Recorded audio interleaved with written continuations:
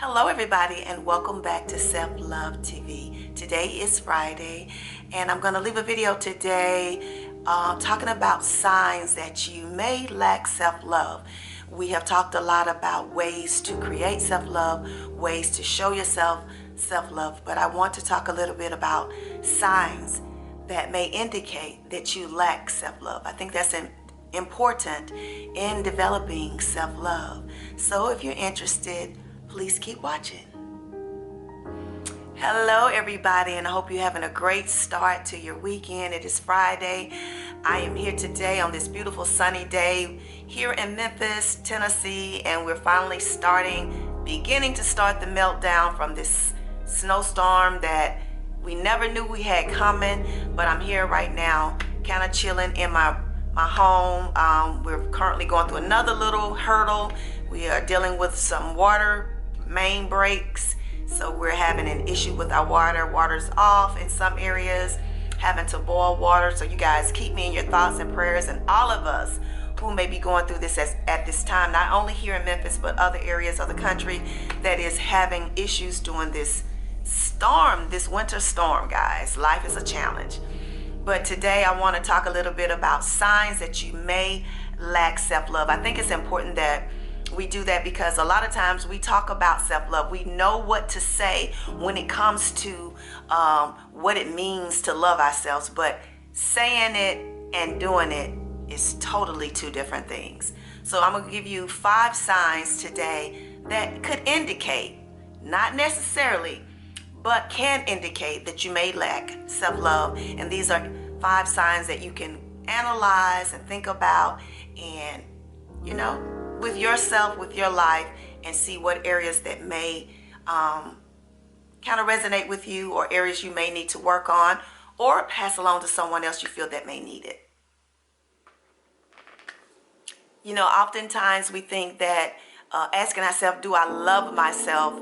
It's not a yes or no answer. A lot of times we feel like, that we just say, yeah, I love myself, and that's the end all and be all. But you have to really think about that, because there are times in your life when you're not going to feel so strong. There's going to be some times when you feel weak, and those could be indicators that there's something that's trying to infiltrate your self-conscious and the way that you feel about yourself. So when you ask yourself, do I love myself? Kind of think about those areas where you feel a little weak, where you feel a little nervous when people are asking you things about yourself, because like I said, it's not so much just a yes or no answer. It's one that we need to consciously think about. It's one that we need to consciously work on, because life can throw you so many things, and whenever you make a mistake in a certain area in your life, sometimes we start questioning how we feel about ourselves or what we think about ourselves. So loving yourself means balance between the two, knowing that you have strengths in an area, knowing that there's weaknesses in an area. And just because you may fall prey to some weak areas of your life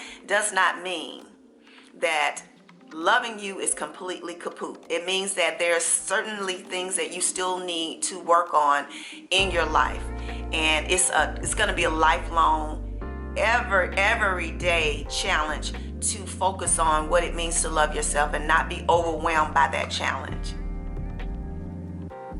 Number 2 is, a lot of times we can appear to everybody else to be well put together on the outside. We can look amazing, dress amazing, talk amazing, and we get in front of other people and we perform amazing. But then when we're alone, we have these self-sabotaging thoughts about ourselves. We're always critiquing ourselves and what is not great about us, or we're sitting around feeling bad about certain things about us. When you love yourself, it's going to be a balance between that. We know that there are areas of our life that we're going to always continually want to work on. Nobody's ever feeling 100% confident in the way that they look. If you've ever woken up in the morning, gotten up out of bed in the morning and looked at yourself like, oh my God, I look a mess, or you felt like throughout the day that you just did not look well put together, those can be things sometimes that can really wear on us. Or as you age, you start seeing the fine lines in your face, or you start gaining the little menopausal weight, or just little things that challenge us every day in life. Or it could be that someone actually in your life that you had a relationship with treated you badly, and then you start to question yourself on whether or not you're lovable. So we have to consciously every day battle and weigh that. Battle is the wrong choice of word. We have to consciously every day make sure that we're aware of the things that will infiltrate in our lives that try to make us start to doubt what we think and how we feel about ourselves. So definitely, if you always warring with yourself behind the scenes, but in front of everybody else you're trying to put on this appearance that everything in your life is amazing, then that it could be an indicator that there is some self-love challenges that you still need to work on. When you start to love yourself, you do realize that you're not going to be perfect all the time, and that there's going to be days that's going to be better than others, and you're not going to be well put together all the time, and that is okay, because that's a balance between with that in life. It's a balance between being your best version of yourself and continually working on yourself. Loving yourself is a continual journey. It's not one that you arrive at and say, that's it, I don't have any other areas or any other room to grow. I'm here, that's it, I'm all that. It's going to be a complete journey for the duration of your life, and it's certainly one that you can get on and love every moment of it if you think rationally about yourself and know that nobody's perfect.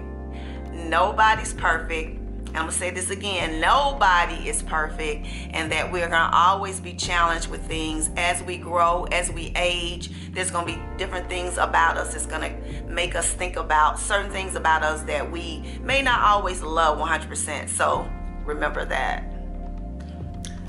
Number 3, another incident that could be signs of lack of self-love. We could be overgivers. I believe that I was prey to that at one point of my life. We're always trying to please our friends. We're always trying to make people like us. We're always wanting people to love us. So we give. We do.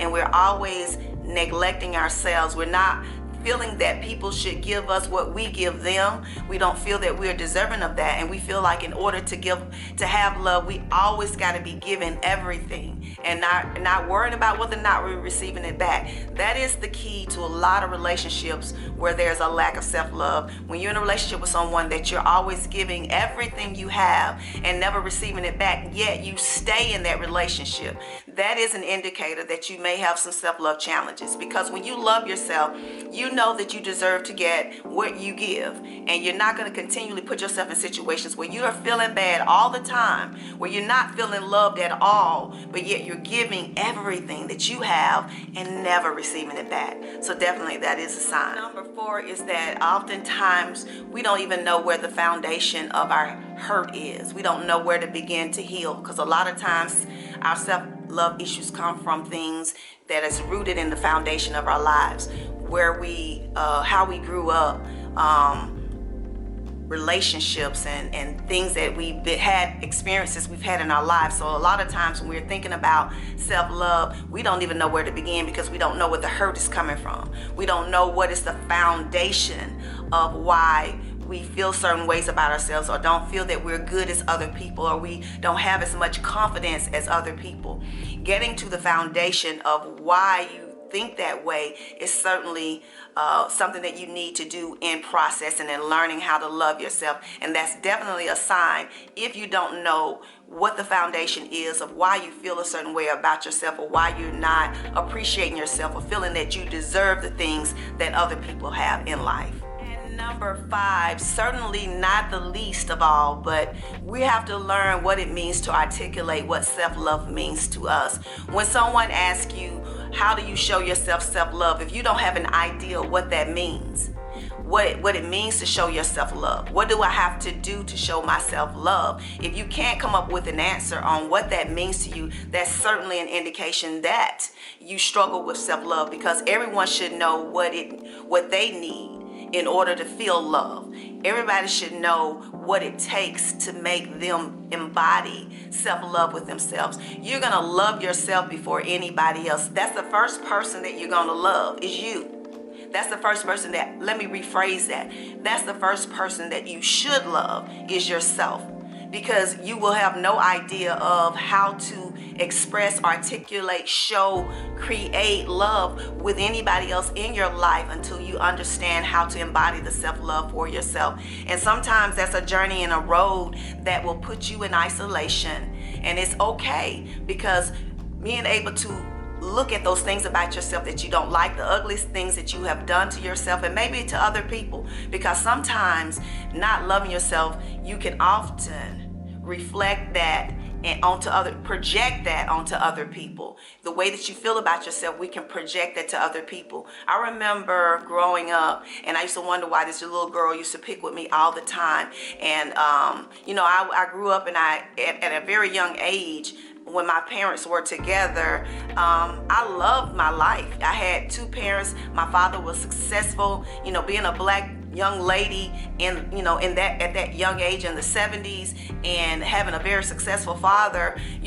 Oftentimes, when people would come to my house and play with us, they would be like, wow, you have a nice house, you have two parents, even though later my mom did divorce my father, but at that young age, and it was this young little girl that used to always pick with me. And then one day she told me that, she said, you have a dad and I don't. So she was projecting her anger onto me because she wanted the love of a father. So are you doing that? That's just a small example, but do you project what you wish you have, and that hurt onto other people in your life because it's something that you want also? We do that with women who look good to us physically, and rather than acknowledge her beauty physically, compliment her, support her, we rather look at her and say something negative and say, she thinks she's this, or why is she wearing that, or she's not all that. We can't acknowledge when a woman is physically beautiful and just say, hey, you're rocking, sister, you're beautiful, and go on with life. If something bothers you in saying that about a woman, then that's an indicator that there's something inside of you that needs a little bit of work and development, and you should be looking at the foundation of where that hurt is coming from and why I feel some type of way about this. Why is this bothering me in some kind of way? Why am I feeling this little sense of jealousy and irritation because this woman is embodying this beautiful outer shell, this vessel that she's carrying? Because a lot of times we're not feeling so good about ours. And that is something that I think challenges a lot of us as women. We don't want to look inside. We don't want to see what it is that is keeping us from being able to be supportive of other women in all of the successes. It's not always about the physical beauty. It could be what they're doing with their lives, their career. They could have this vibrant life. And one thing we do also need to know, that oftentimes what we see on the outside is not always what's on the inside. So when you're often hating or being jealous of something, you don't know what that female may have had to go through to get where she is. So it's always a good thing to be supportive and to be complimentary, because you never know when you're boosting and helping somebody else. So rather than spew words of hate, let's learn what it means to be supportive of other people, and then go inside and say, okay, I'm feeling some kind of way, so let me work on these things. Let me try to tap into what it is within myself that keeps me from being able to support this sister, because it must be something that I'm feeling about myself, and she shows me something that I lack within me. So those are just a few things that we need to do, signs that could indicate that you're struggling with self-love. And certainly this is something that I think that everybody has at some point in their life. Had to deal with, whether you was an adolescent, a teenager, a young adult, or even maybe now at a mature state of life, you could still be struggling with this. And it's certainly never too late to get on your journey of self-love. So I hope this has been helpful in helping you to open the door, open your eyes to getting on your journey of self-love. And I thank you for stopping through today. Don't forget to give me a thumbs up and subscribe if you're new. Thank you for the new followers and the old subscribers.